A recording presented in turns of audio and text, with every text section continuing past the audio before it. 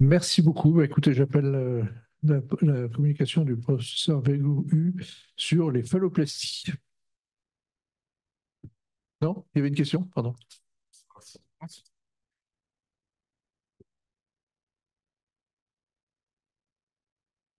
Monsieur le Président, Monsieur le Secrétaire général, chers collègues, chers amis, merci de me donner cette occasion de vous parler de phallopoïèse plutôt que phalloplastie.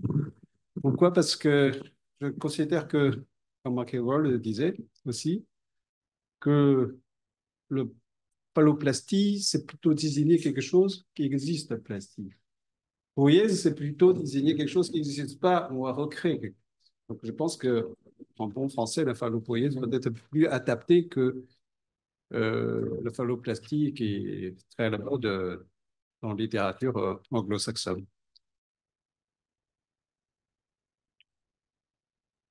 Alors, je n'ai pas de conflit d'intérêt, bien entendu. Alors, quel est l'objectif de phallopoïèse? Donc, en fait, c'est pour créer un niophallus le plus proche possible d'un pénis biologique, à la fois sur le plan esthétique que sur le plan fonctionnel. Il faut permettre le patient de pouvoir uriner debout, d'avoir une taille de niophallus adéquate, si possible sensible, et suffisamment rigide pour pouvoir avoir des rapports sexuels. Alors, le professeur Casanova, vous avez parlé certainement déjà l'historique de transgenre. Et la phallopoïèse, le premier phallopoïèse a été écrit en 1936 par Bogaras. À l'époque, il utilisait un lambeau abdominal tubulé avec des greffons cartilagineux costal et sans le niourètre. 10 ans après, c'est Gillis qui a inventé, enfin, développé une technique d'utiliser le même type de lambeau, mais créé avec beaucoup de procédés, beaucoup d'étapes de procédés pour créer le niourètre. Et cette technique de Gélis était une référence jusqu'au dans les années 80 où le professeur Tishentang de Shanghai a décrit donc en 1984 le principe de lambeau chinois antibradial radial libre, qui est le tube dans un tube en un temps opératoire pour transférer de manière microchirurgicale pour restaurer, pour reconstruire le pénis. D'autres techniques plus récentes existent. Donc, ici, même certains collègues ont écrit des nouvelles techniques. Lambeaux cutanés pédiculés de la cuisse, on appelle ça ALT, et aussi des lambeaux abdominaux ou dorsaux qui sont pour l'instant en phase d'évaluation plutôt. Donc, le lambeau chinois reste la référence à ce jour dans le phallopolis. Alors, en Europe, c'est le professeur Jacques Paudet, donc mon ancien patron, mon maître, qui était pionnier européen de la microchirurgie reconstructrice, qui a amené cette technique en France. La première phallopoïèse microchirurgicale européenne était réalisée au CHU de Bordeaux en 1986 par le professeur Jacques Paudet, qui est un grand ami de professeur Tichun Chang. Alors, en tant que chirurgien, nous participons bien entendu avec tous nos collègues psychiatres, psychologues, endocrinologues pour l'RCP. Notre rôle réel vraiment intervient seulement en fin de parcours transitionnel et on s'appuie sur la bonne coordination avec les autres spécialités. Mais dans tous les cas, une décision chirurgicale ne peut être faite que par de passage obligatoire dans RCP. Donc, sans accord de RCP, il n'y aura pas de chirurgie de phallopoïèse, puisque on sait bien que c'est un procédé chirurgical qui ne peut pas avoir de retour. Donc, il faut impérativement avoir une information très claire et obtenir le consentement du patient, expliquer, voir le patient certainement plusieurs fois avant l'intervention chirurgicale pour expliquer de tout et répondre à toutes ces questions. Avant la phallopoïèse, le bilan préopératoire, on demande aux patients de réaliser une épilation laser de la membrane, notamment sur la zone où on va fabriquer l'urètre. Arrêtez de fumer au moins 3 mois avant l'intervention pour éviter des complications microchirurgicales et de thrombose vasculaire. Évidemment, il faut vérifier de la perméabilité de l'artère ulnaire, puisqu'on va prélever l'artère radiale. Et donc, il faut que l'artère ulnaire soit parfaitement fonctionnelle, de main-d'œuvre d'Allen, et réaliser, si besoin, une échographie, un échodoppler de l'avant-bras pour choisir le côté de prélèvement, notamment, évidemment, on prend chaque fois quand c'est possible du côté non dominant du patient. Sur le plan chirurgical, donc antibioprophylaxie systématique, donc soins d'anesthésie générale, et on pose bien sûr une sonde urinaire à abandonner pendant une dizaine de jours. L'intervention, si c'est possible, de réaliser en 2 équipes pour gagner du temps, parce que c'est une chirurgie quand même sophistiquée, complexe. Une équipe qui prélève le lambeau et en même temps, l'autre équipe prépare le site receveur avec vaginectomie, urétroplastie, d'allongement, et de préparer des éléments vasculo-nerveux et aussi de scrotoplastie. Bon, le dessin du lambeau se fait en 2 parties. Une partie interne pour créer le tube interne du recte et l'autre partie externe et pour enrouler ensuite le tube interne. Au milieu, une bande désépidermisée pour faciliter l'enroulement des 2 tubes.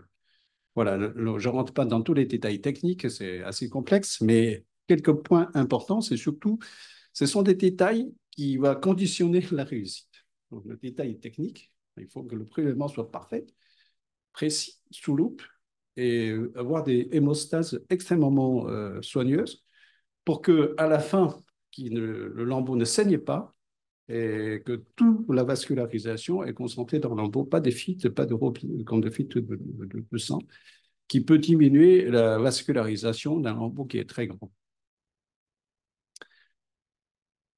Alors voilà, le premier modelage, le premier tube qui est enroulé sur une sonde urétrale, partie interne du lambeau, et ensuite l'autre partie du côté la partie externe de cette partie-là va enrouler sur le tube interne pour faire le néo-pénis. Et cette partie proximale du lambeau interne permettant, avec un allongement du urètre qui facilite l'anastomose avec urètre au site receveur. Voilà, il y a des modifications qui étaient proposées par Gottlieb et Levin. Eux, ils proposent de fabriquer donc l'urètre au centre du lambeau, donc au centre du lambeau, avec 2 lambeaux latéraux pour recouvrir l'urètre. L'inconvénient de cette technique, c'est qu'il y a 2 cicatrices, mais de l'autre côté, il paraît, sur le plan vasculaire, c'est un peu meilleur par rapport au lambeau tube interne et puis externe classique de Chang. Nous utilisons uniquement le lambeau de technique de Chang. Je n'ai pas d'expérience de technique de Gottlieb. Voilà, vous voyez les modelages en fin d'intervention des 2 techniques. Donc, l'intérêt de lambeau de Chang, c'est qu'il y a une seule cicatrice qui est montrable, qu'on ne le voit pas. Et celle de Gottlieb qui, avec 2 cicatrices, une dorsale et l'autre ventrale, au moins une cicatrice on le voit.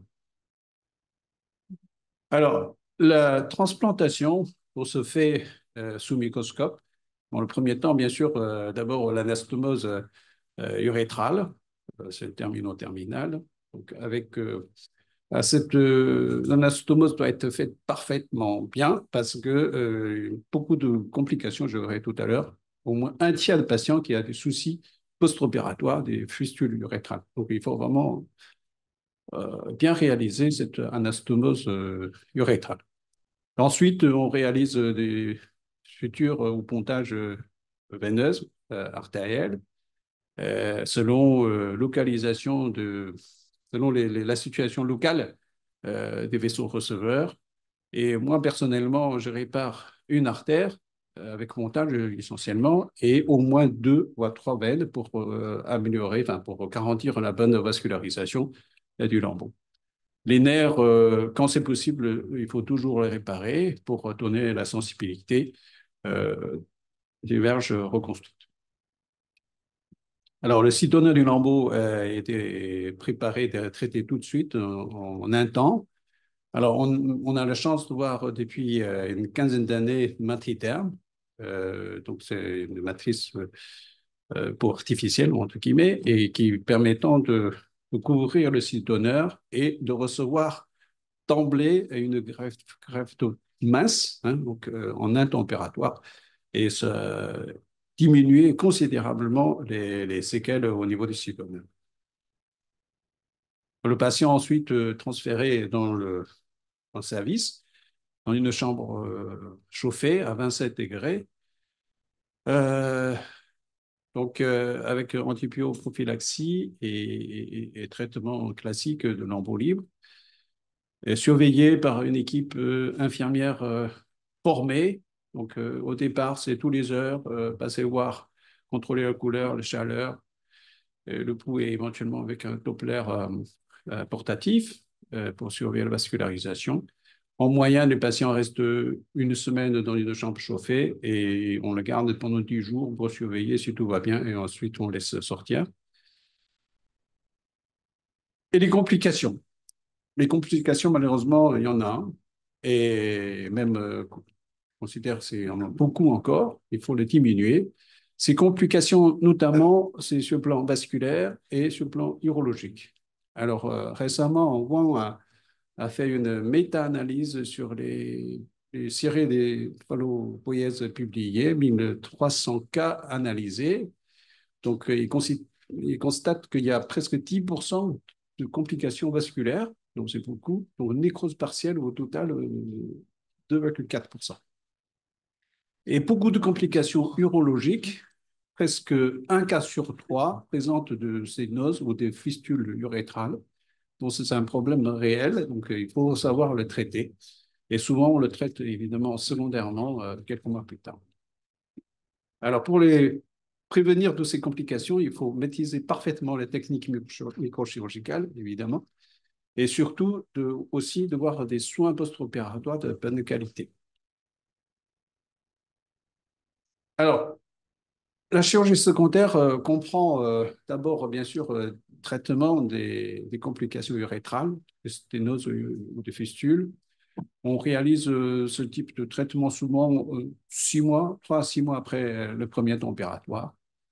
Et des plasties locales pour améliorer l'aspect esthétique des choses. Pareil, ça se fait 3 à 6 mois après le premier temps opératoire. Enfin, mise en place des implants péniens ou scotaux, et ça, c'est fait au moins 1 an après. On préfère attendre que vraiment la sensibilité euh, minimum de néophallus soit récupérée avant de poser la prothèse. Ceci éviterait beaucoup de troubles euh, au niveau de l'extrémité, notamment distale du lambeau. Alors, donc, les implants péniens, donc malheureusement, il y en a pour l'instant pas des implants idéaux.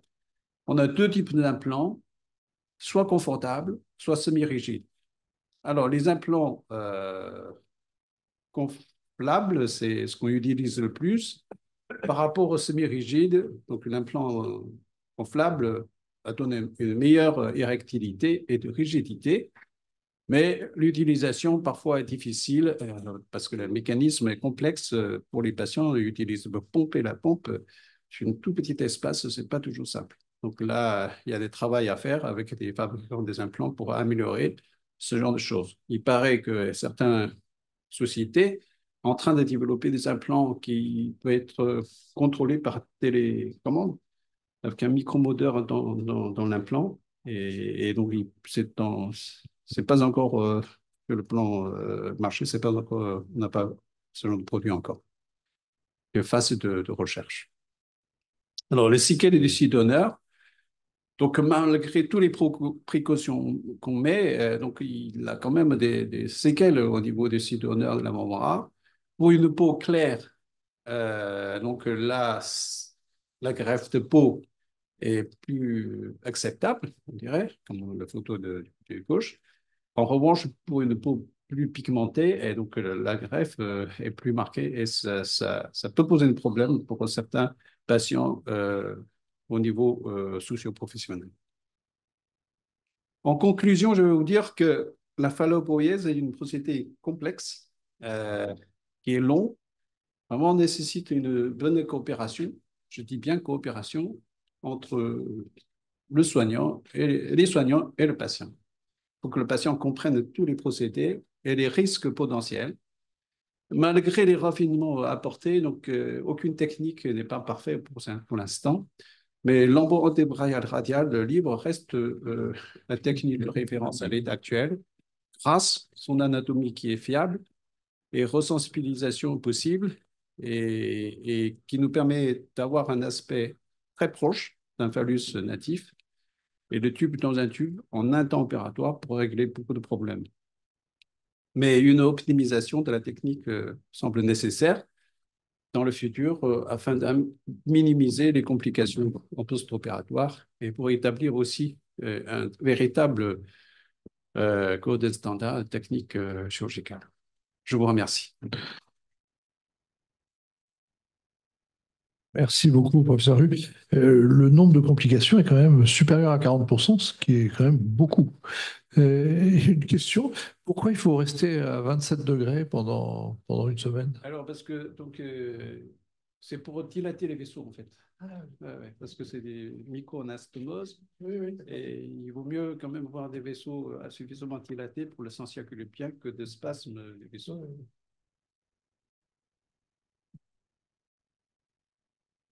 Une question de Béotien ou Ego. Les gens ont une prothèse érectile, mais est-ce que ça leur permet d'avoir un orgasme ou qu'est-ce qu'ils en font?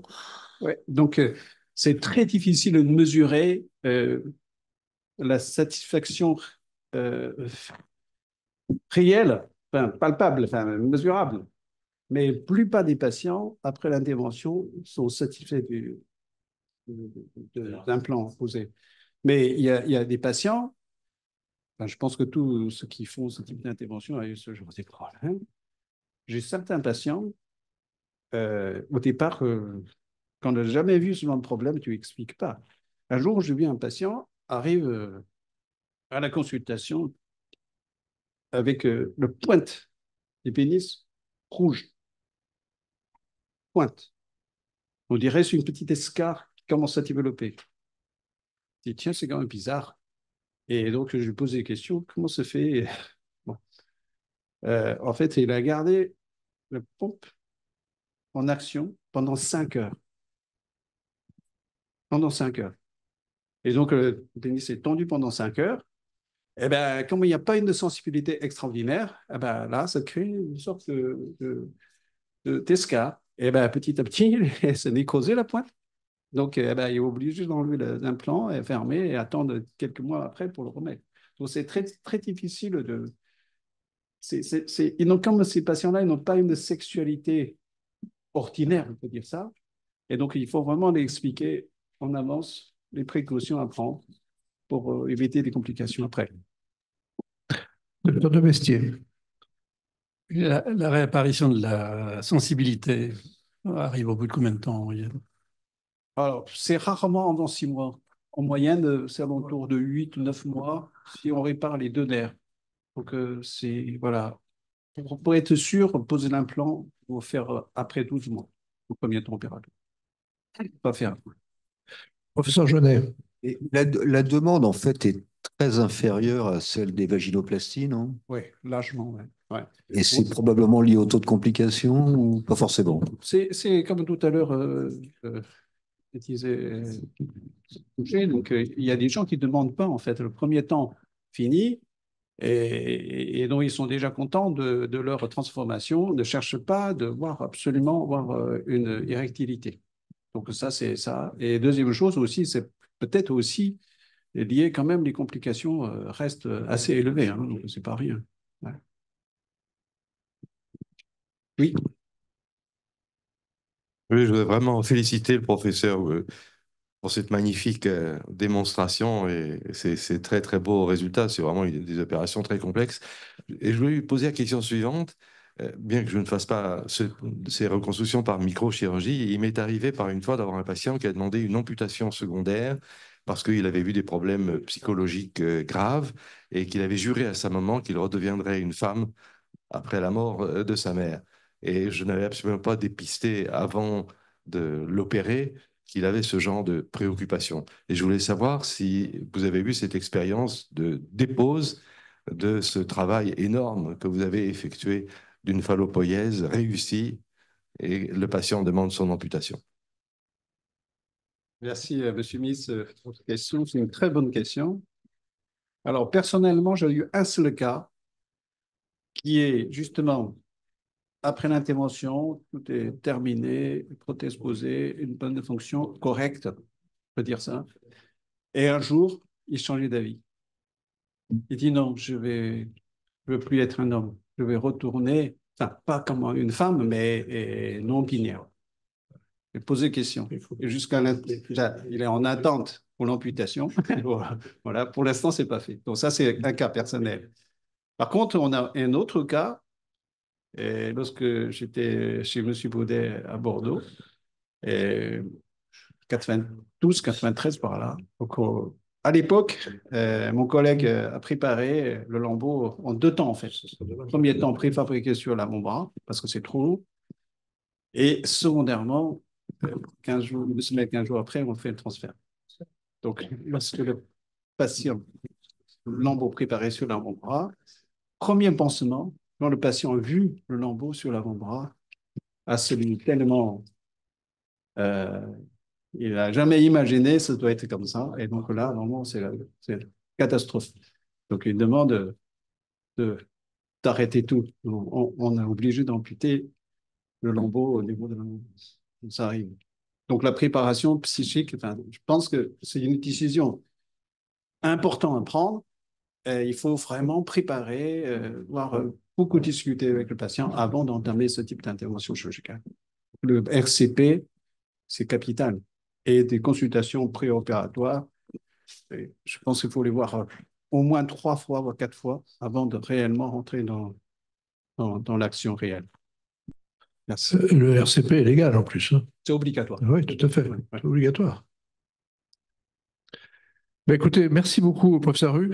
Je demanderai un petit résumé, s'il vous plaît, au professeur Rue et puis au docteur Boucher. Un petit résumé. Ah, il l'a déjà?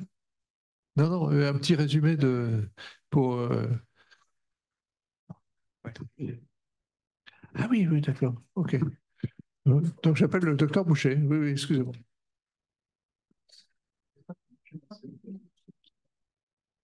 Ah, il y a le professeur Hudson qui pose une question. Camara. Ah oui, oui. Professeur Wei Guohu, ni hao. Ni hao. Je vous remercie pour cette excellente lecture. Est-ce qu'il y On ne vous a... entend plus. Oui. Est-ce qu'il y a l'indication de cette chirurgie après une condition d'occlusion artérielle pénienne, surtout de l'artère caverneuse secondaire au diabète? Est-ce que cette technique peut être appliquée après cette occlusion? Je n'ai pas bien compris la première phase au début. C'est de quel médicament? Oui. Une condition d'occlusion d'artère pénienne ou artère caverneuse. Est-ce que c'est une indication de faire la chirurgie de la phallopoïèse? Oui, alors, après, je pense qu'il faut choisir comme c'est une technique compliquée, et difficile, et les risques de complications sont importants quand même, je pense qu'il faut vraiment prudent, il faut choisir, sélectionner des meilleures indications possibles. Tout patient risqué avec des complications potentielles, il faut éviter. C'est mon avis. Merci.